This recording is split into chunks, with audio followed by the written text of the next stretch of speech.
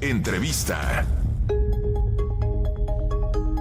9 de la noche con 22 minutos y 28 segundos. Estamos de regreso en esta emisión de Ya Sierra, aquí en Imagen Radio.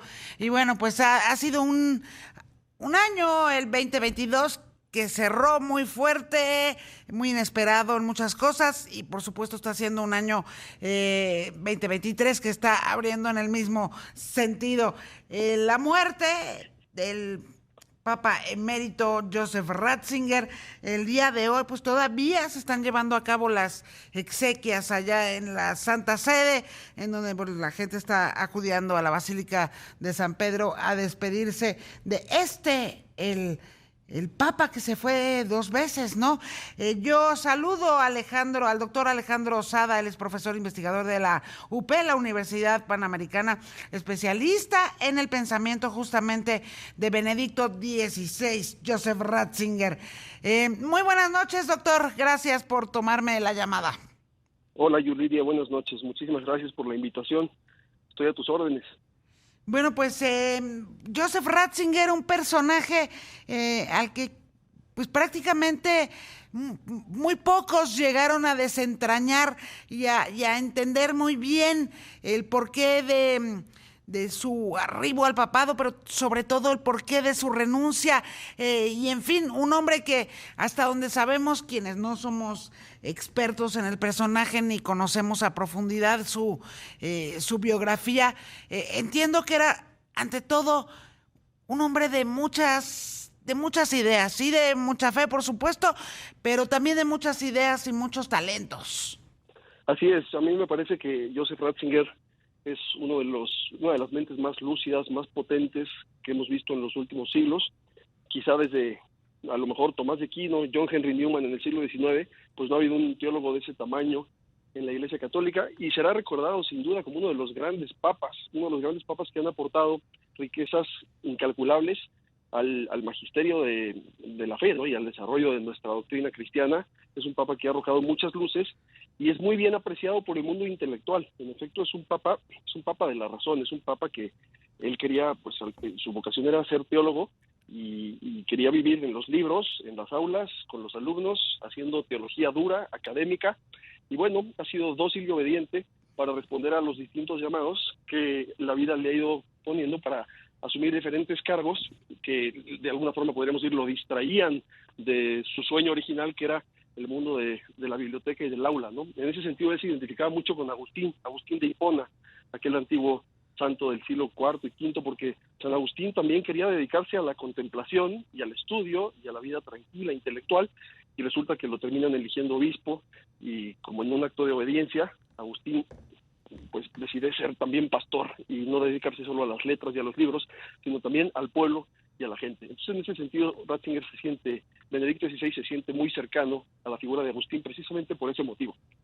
Es un papa que... Sí. Sí, te escucho.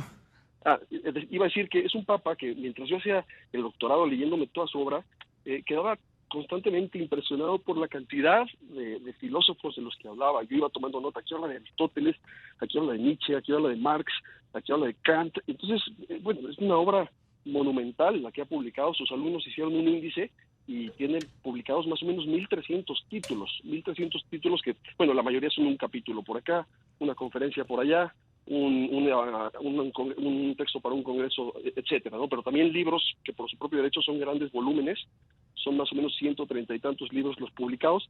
Muchos de ellos reúnen material de estos 1,300 artículos como antologías, pero además también tiene sus grandes textos, como el texto que hizo sobre San Agustín, el texto que hizo sobre Buenaventura, el texto que hizo, o la trilogía sobre Jesús de Nazaret, su famosísimo libro que lo lanzó a la fama en el mundo teológico en 1968, Introducción al Cristianismo, un libro sobre liturgia, un libro sobre... Bueno, en fin, una obra monumental, y yo quedaba impresionado por cómo dialogaba con el mundo, ¿no? Como es un filósofo, un pensador, podemos decir también que es un filósofo abierto al diálogo, no solamente pues con el mundo de los que piensan igual que él, sino abierto al diálogo de los que tienen otras propuestas, otras preguntas, otras formas de entender la realidad.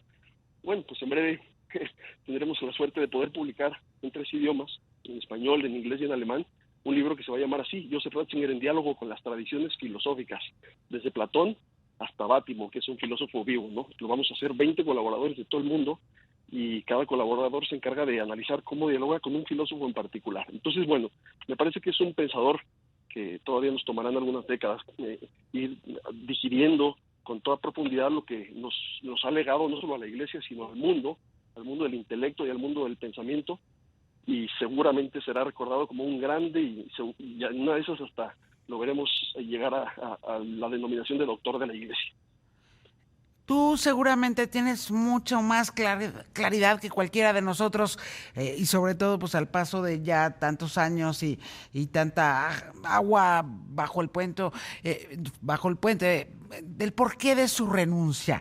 La Iglesia vivía momentos muy convulsos, muchos escándalos por abusos sexuales, ¿no? En prácticamente todos los países ahí donde la Iglesia Católica tiene presencia, vivía sobre todo en esos momentos como mucha visibilidad de estos escándalos.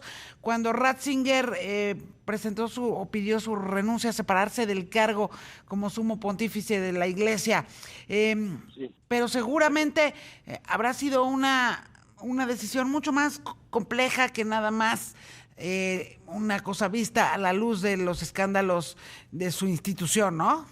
Sí, a ver, qué bueno que mencionas ese tema. Mira, Joseph Ratzinger ya era consciente antes de ser papa de que había algunas situaciones que había que limpiar. Su lema episcopal es bellísimo, él se llama colaborador de la verdad, ¿no? Eso es como su eslogan, su proyecto de vida. Entonces, él no opta, como algunos quizá pensaron que en su momento podría ser una solución ante los problemas de escándalos sexuales, no opta por la discreción, por la prudencia, por cuidar la imagen de la Iglesia. Él más bien él le apuesta a la purificación, a dar la cara, a sacar las cosas a la luz, a enfrentar consecuencias. Es decir, ese es su proyecto.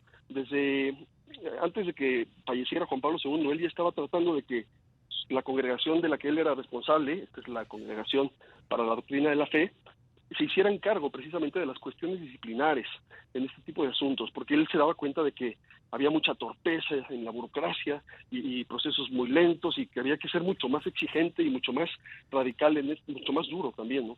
Y por eso vemos cómo en el 2005, cuando asume el pontificado, pues a los 3 meses el padre Marcial Maciel está depuesto, está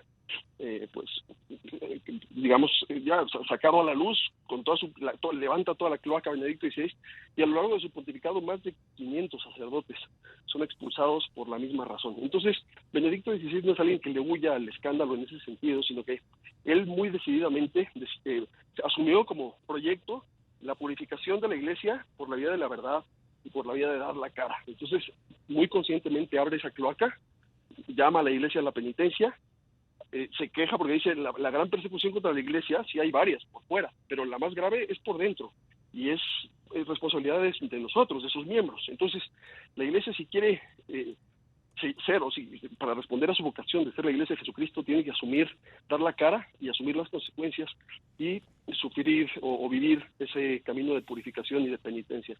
Entonces, yo creo que Benedicto XVI no renuncia por estar espantado con ese escándalo. Ese es un escándalo que él mismo puso en marcha, podríamos decir, o al menos le echó la gasolina para que se prendiera con toda su fuerza, muy consciente de lo que iba a ocurrir.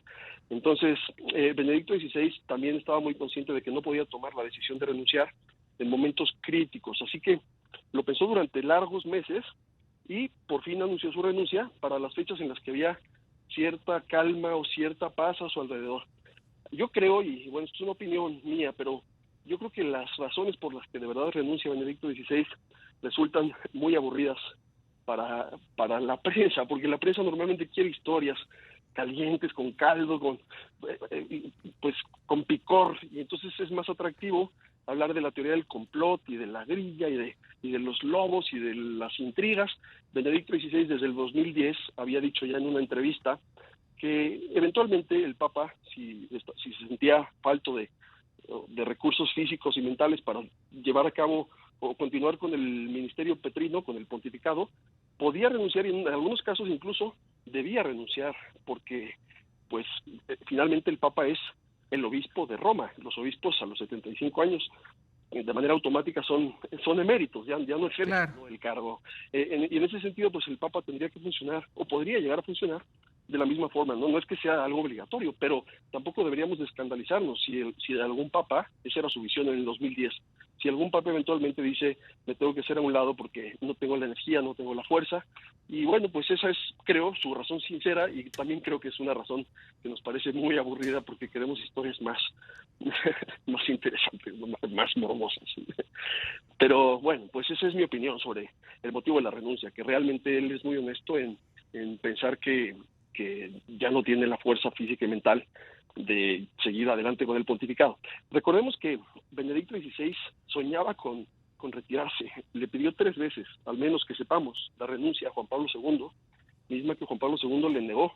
Y cuando por fin llegó el cónclave, pues Benedicto XVI pues estaba como ya soñando que se eligiera al nuevo papa y él dedicarse a lo que él quería Ahí terminar, está. que era su último proyecto. Su proyecto era la trilogía de Jesús de Nazaret. Él quería dejar ese testamento, ese legado al mundo, quería dejar un libro sobre Jesús de Nazaret que resumiera toda su vida de ejercicio teológico, y él, pues el pontificado le quedaba muy lejos. Cuando por fin vio que sí lo iban a elegir a él, su primera reacción fue voltear a ver un crucifijo y decirle, Señor, ¿por qué me haces esto? ¿No? Tienes gente más joven, tienes gente más fuerte, yo, ¿qué voy a hacer con esto? ¿No? Pero bueno, por otro lado es un...